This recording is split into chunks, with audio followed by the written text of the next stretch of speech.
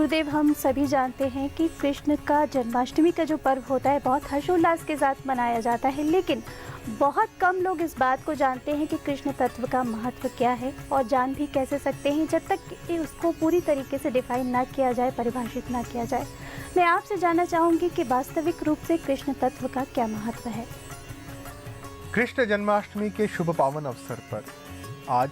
आपको, समस्त दर्शकों को, समस्त हिंदू तत्व साधकों को कृष्ण तत्व का महत्व बताने का बहुत सुअवसर है। कृष्ण जन्माष्टमी के शुभ अवसर पर आइए हम ये समझें कि हिंदुत्व, कृष्ण तत्व मूलतः क्या है। क्या है कृष्ण तत्व में जो हिंदुत्व को विश्व की सर्वश्रेष्ठ, सर्वोत्कृष्ट, सर्वग्राही धर्म, संस्कृति व राष्ट्रवाद की अवधारणा बनाता है। कृष्ण तत्व केवल एक व्यक्ति मात्र का तत्व नहीं है, अपितु संपूर्ण हिंदू संस्कृति के जो श्रेष्ठतम आध्यात्मिक संस्कार हैं, आध्यात्म का जो शुद्धतम स्वरूप है, वह प्रभु श्री कृष्ण के रूप में 16 संस्कारों के पूर्णांग रूप में अभिव्यक्त हुआ। आइए हम उनके जन्म से इस विषय को समझना प्रारंभ करें। प्रभु श्री कृष्ण का जन्म उस स्थान पर हुआ जो शायद संघर्ष की पाठशाला कही जा सकती है। प्रभु श्री कृष्ण चाहते तो उनका जन्म राजमहल में हो सकता था, हर प्रकार की सुख सुविधा युक्त वातावरण में हो सकता था, लेकिन प्रभु श्री कृष्ण के जन्म की ही घटना में हिंदुत्व का सार छुपा हुआ है। यद्यपि आपके पास विश्व के समस्त संसाधन हो, यद्यपि आपके पास वो सारी शक्ति हो कि आप स्वयं को हर प्रकार की सुख सुविधा दे सकते हो, फिर भी असली हिंदुत्व इसमें है, असली आध्यात्म इसमें है कि हम सबसे गरीब, सबसे शोषित,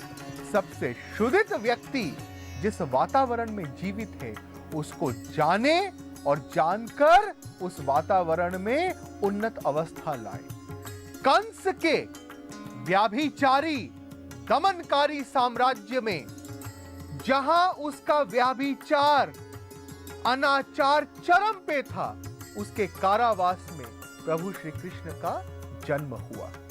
इसको हम आज की अपनी परिस्थितियों से जोड़कर चलते हैं। मेरे प्रिय शिष्यों, आप हो सकता है कि यह कार्यक्रम छत्तीसगढ़ के एक ग्रामीण क्षेत्र में बैठकर सुन रहे हो सकता है आप यह कार्यक्रम मुंबई के सबसे पॉश इलाके में बैठ के सुन रहे हो, लेकिन कृष्ण तत्व जो इस धरा का मूल तत्व है, वह आपके लिए इस प्रकार से प्रासंगिक है कि अगर आपके पास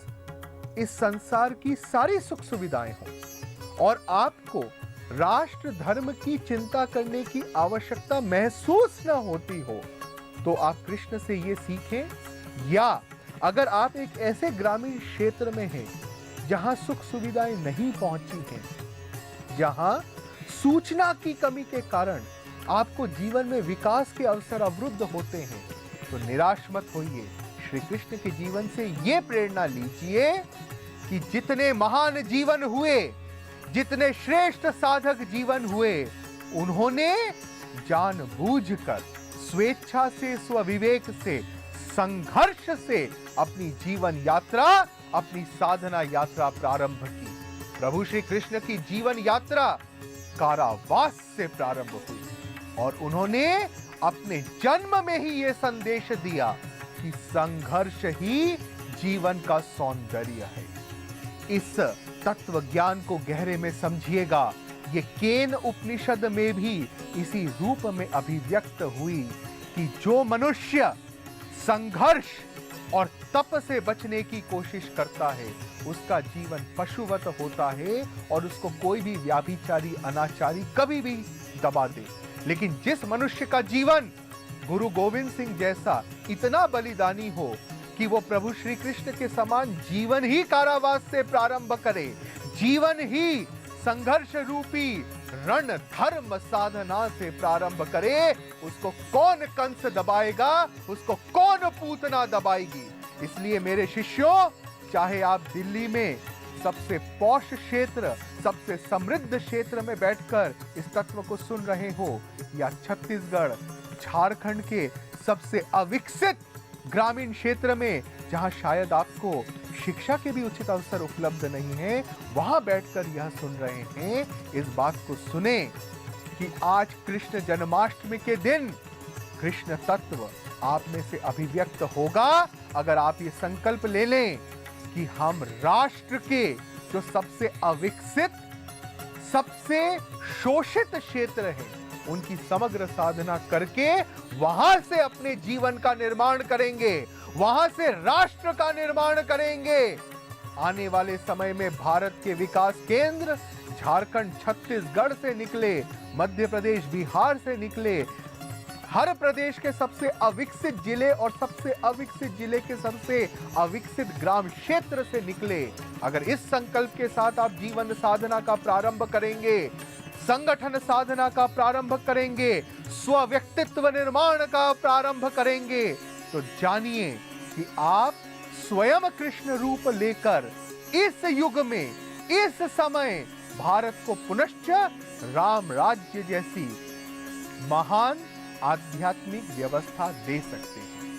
प्रभु श्री कृष्ण अपने जन्म में ही यह संदेश दे रहे हैं कि जब आपका राष्ट्र रूपी मां और आपकी संस्कृति रूपी पिता कंस के अर्थात आसुरिक शक्ति के बेड़ियों में जकड़ा हुआ हो, आज की तरह, आज जब विदेशी संस्कृति, भारत विरोधी आसुरिक मानसिकता, हिंदू विरोधी आसुरिक मानसिकता के अनैतिक, व्याभिचारी, दमनकारी बेड़ियों में भारत रूपी अपनी मां, हिंदू संस्कृति रूपी अपने जनक उन बेड़ियों में सिमटे हुए हैं, तब उनकी संतानों को, हम नरसिंहों को कृष्ण का स्वरूप धारण करना होगा। जब ईशा उपनिषद की परिभाषा महर्षि अरविंदो कर रहे थे, तो परिभाषा करते हुए उन्होंने कहा था कि हे परमेश्वर, जिस धरा पर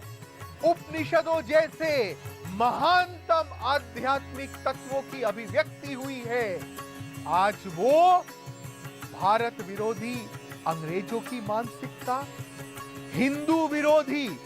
विधर्मियों की मानसिकता में घिरी हुई है। हे परमेश्वर, भारत इस देवीय चेतना को इन बेड़ियों से मुक्त कर, हम हर भारतीय में कृष्ण तत्व को आप जन्म दे, ताकि हम भारत को अपनी शौर्य साधना, शक्ति साधना, संगठन साधना से पुनश्च जगत गुरु के शीर्ष पर आरूढ़ कर सके। आइए इस संकल्प के साथ हम प्रभु श्री कृष्ण के जीवन को यथार्थ में समझें। मेरे हिंदू नरसिंहों, मेरे हिंदू तत्व साधकों, प्रभु श्री कृष्ण का जीवन चंद चमत्कारों की कथा नहीं है। हम लोग कभी कभी अपनी नपुंसकता, अपने आलस्य, अपनी जड़ता को छुपाने के लिए कुछ कथाओं को विशेष महत्व दे देते हैं। जैसे प्रभु श्री कृष्ण क्योंकि ईश्वरीय अवतार थे, इसलिए जन्म से ही उन्होंने असुरों को चमत्कारिक शैली में मारना शुरू कर दिया। मेरे शिष्यों, इसका असली अर्थ समझो। प्रभु श्री कृष्ण यह संदेश देते हैं कि मनुष्य जब ठान ले, तब वह निर्बल से सबल बन जाता है। जब पूतना ने प्रभु श्री कृष्ण को मारना चाहा, वो पालने में, वो शिशु अवस्था में, ऐसी अवस्था में जब मनुष्य अपने को समझता है कि मैं पूरी तरीके से दूसरों पर निर्भर हूं, भोजन के लिए भी मां पर निर्भर हूं, प्रभु श्री कृष्ण ने बताया कि संकल्प धारण करे तो शिशु अवस्था में भी पूतना रूपी ऋषि संस्कृति विरोधी, देव संस्कृति विरोधी संस्कृति, आसुरिक संस्कृति का नाश करने में आप सक्षम हो सकते हैं। संघर्ष साधना हिंदू धर्म संस्थापनार्थाय सतत संघर्ष साधना, सतत शौर्य साधना, सतत शक्ति साधना, ये प्रभु श्री कृष्ण का बचपन है। और प्रभु श्री कृष्ण का बचपन हमें यही संदेश देता है। प्रभु श्री कृष्ण जब शिशु थे और पूतना ने उन पर हमला किया तो उन्होंने अपनी मां को नहीं पुकारा, उन्होंने दूसरों को नहीं पुकारा, उन्होंने ये नहीं कहा कि पूतना का नाश करना ये किसी दूसरे का धर्म है, ये किसी दूसरे की जिम्मेदारी है। वो कह सकते थे नंद को कि आप मेरे पिता हो, इस गांव के आप सरपंच हो, प्रधान हो, ये आपका कर्तव्य है कि पूतना को मारो। नहीं, अगर हमारे हिंदू राष्ट्र पर, अगर भारतवर्ष इस हिंदू संस्कृति पर कोई भी पूतना चाहे पाकिस्तान से आंख टेढ़ी करे, चाहे अफगानिस्तान से आंख टेढ़ी करे, आप में से हर एक का कर्तव्य है कि कृष्ण तत्व जागृत कर उस पूतना का जड़ मूल नाश करे। श्री कृष्ण ने पालने में झूलते हुए,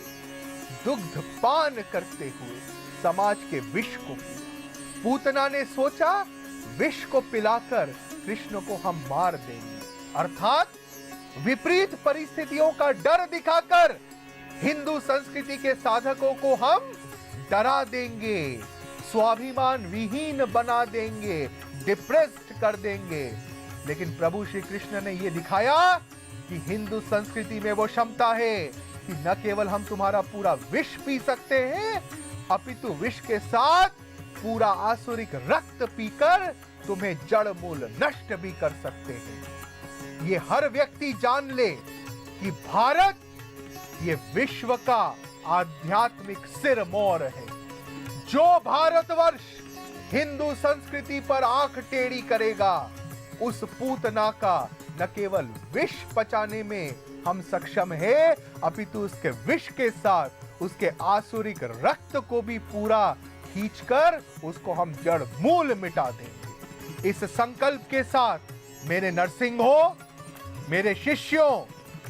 आप आज ये संकल्प लें कि जब प्रभु श्री कृष्ण शिशु अवस्था से आसुरिक संस्कृति के नाश में लगे और उनका उसके बाद का पूरा जीवन सिर्फ और सिर्फ भारत हिंदू संस्कृति को वैचारिक दृष्टि से सशक्त करने के प्रति समर्पित रहा, सैन्य दृष्टि से समर्पित, सैन्य दृष्टि से सशक्त करने के प्रति भी समर्पित रहा, साथ ही सामाजिक दृष्टि से भी भारत को सशक्त करने के प्रति प्रभु श्री कृष्ण का संपूर्ण जीवन समर्पित रहा, और सबसे महत्वपूर्ण आर्थिक रूप से भी समाज का हर वर्ग सशक्त बने। उस समय की जात पात की व्यवस्था के ऊपर उठकर